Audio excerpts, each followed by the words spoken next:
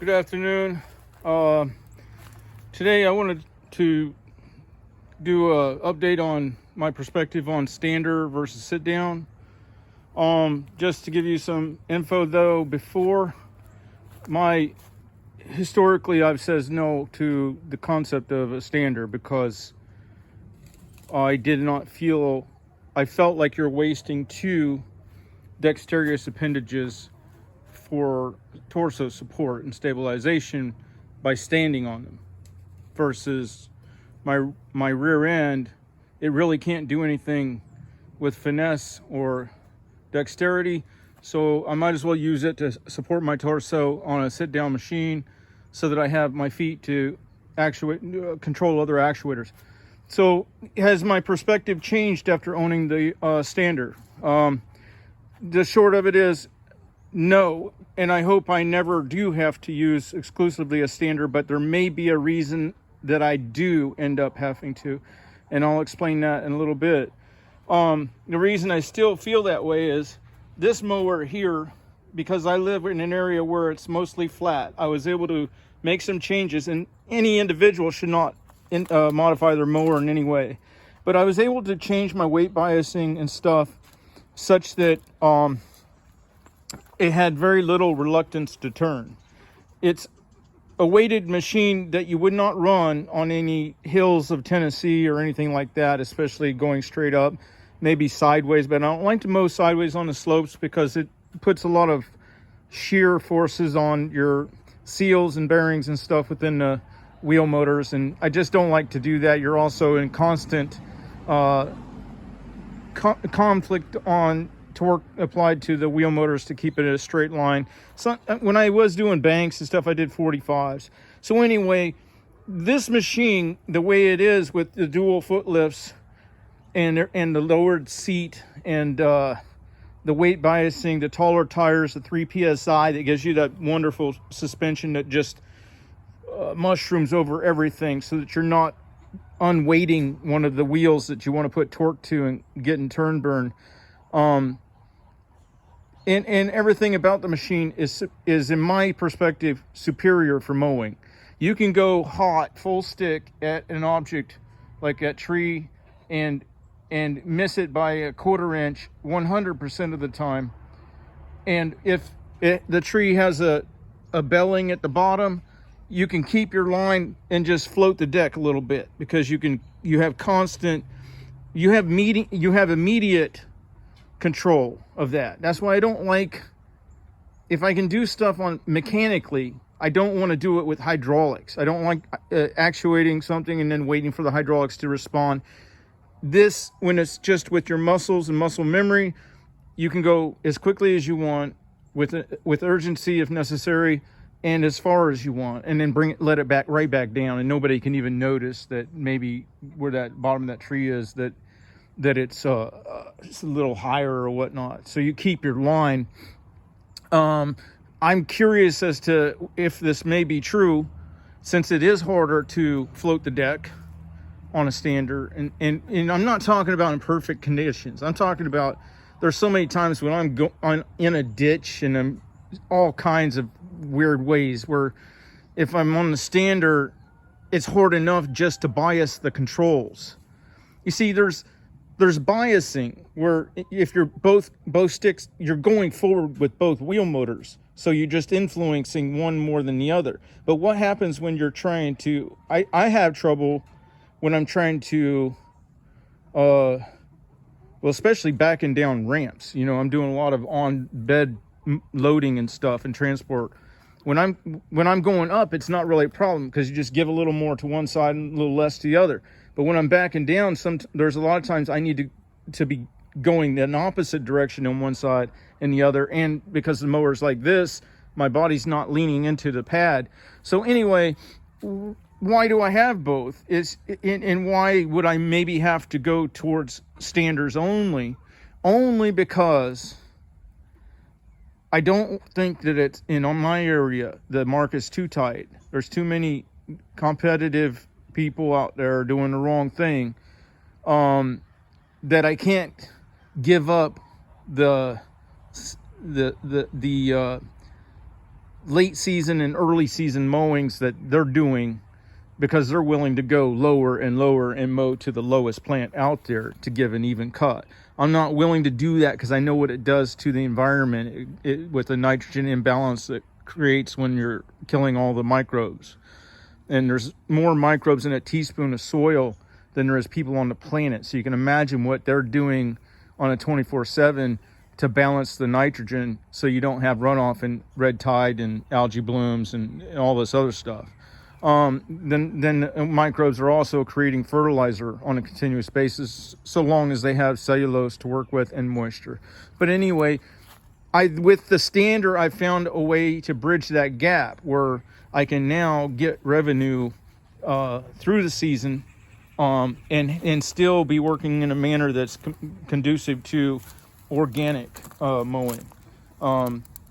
So and where that stands is, if you look back at a video here recently that I did with the lines, so I'm taking the eye away from just the one component of a cut, which would be the evenness of the tops of the blades of grass, and I'm putting value or giving value by showing a demonstration of dethatching lightly and preparing the lawn for the season, and supporting the microbes because of pulling up that little bit of thatch, which you can't be too aggressive with here because of the mica and silica in the sand soil, being like mirrors in the case of mica platelets, and lasers in the case of silica crystals.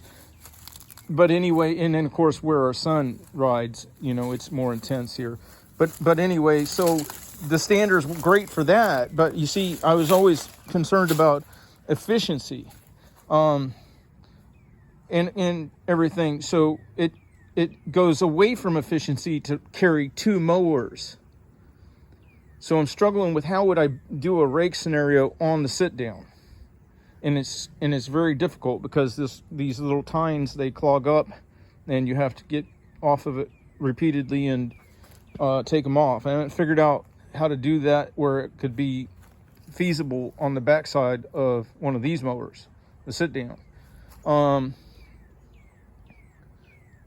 So that's where I'm at. So the only thing I can think of right now, if I want to still do onboard mowing, loading, like mini mow truck stuff, where I'm not using no trailer or using more fuel efficient vehicles for my tow vehicle, would be to go to a 72-inch ZK stander with my attachments, because the next attachment to be built would be the I don't know if you know what you're looking at here. You have the dethatch rake and the tools here. They are to take that off real quick, impact it off with two nuts or bolts, and the nuts are welded to that blade so they stay where they're at. Because I take everywhere I can take a tiny step off of something, I do it. You know what I mean? And then this is in here. This piece right here is a ripper bar. So without the rake on there, you flip that ripper bar over, and you've got strong teeth that will break up any compacted stuff. And then the piece behind that is a grater blade, and all of it's articulated there by lifting up the handle. So anyway, that's what I use to carve out and flatten out, and it does a real good job on my gravel. It was compacted with the base, road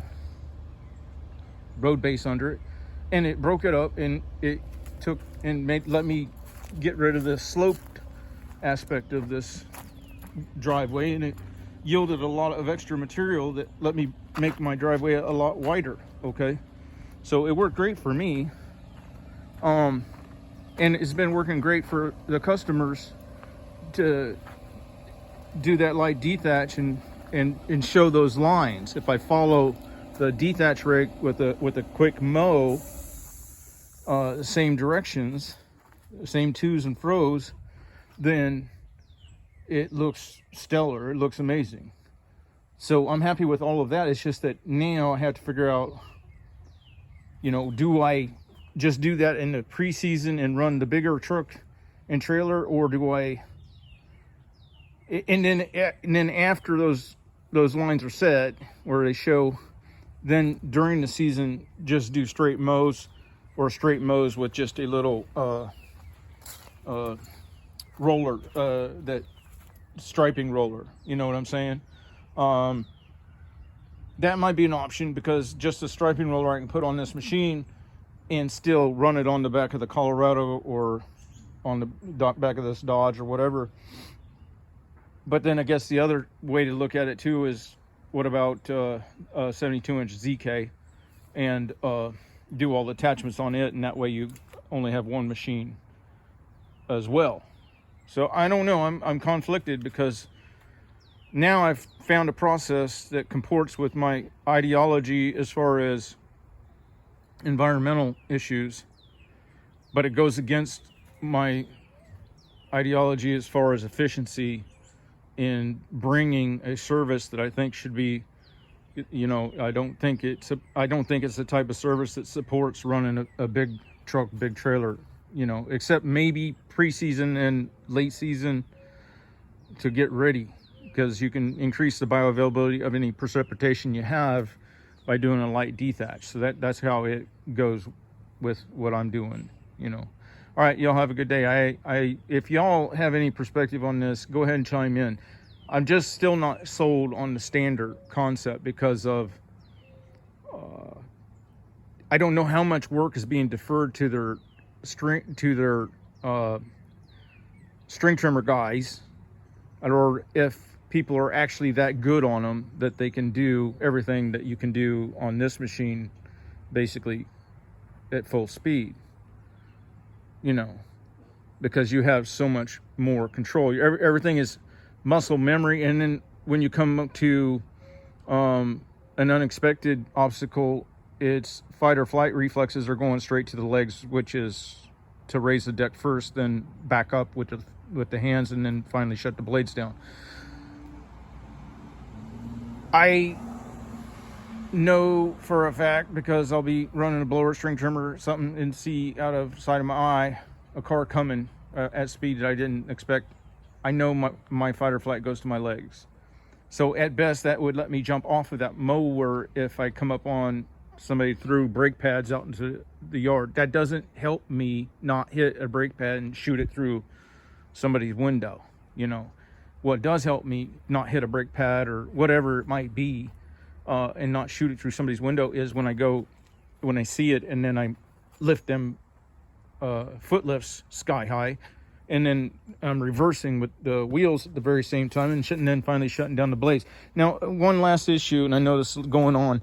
People say your back gets hurt on the sit downs. Well, the problem I'm seeing mostly with that, and I think what's happening, is people are sitting more and more in a prone position.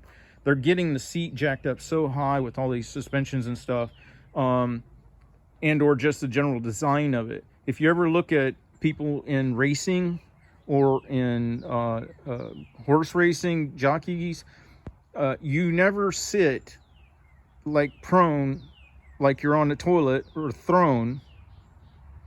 You're always sitting more like in a zero gravity position, and that's where these dual foot lifts help, because they raise your feet, and then by lowering the seat too, I'm sitting more in like you're halfway backwards in a recliner.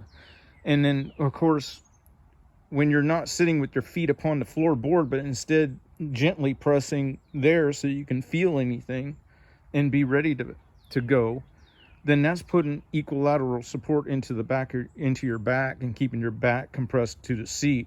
And I've never had a problem with back issues on these type of mowers, and I think that's why. You're just not in a racing position. Look at any racing car, sand rail, dune buggy, whatever. If it's a sit down thing, you're never sitting with the calf muscles straight down and the knees straight this way, and the back posture straight up and down. It's just not. And especially when you're taking one leg off to press on an articulator. So now if you're putting pressure, your back is already cocked. and then you hit a bump or something. And yeah, I can see how you guys are getting fouled up on that because you're just not thinking it out, I think. All right, you have a good day.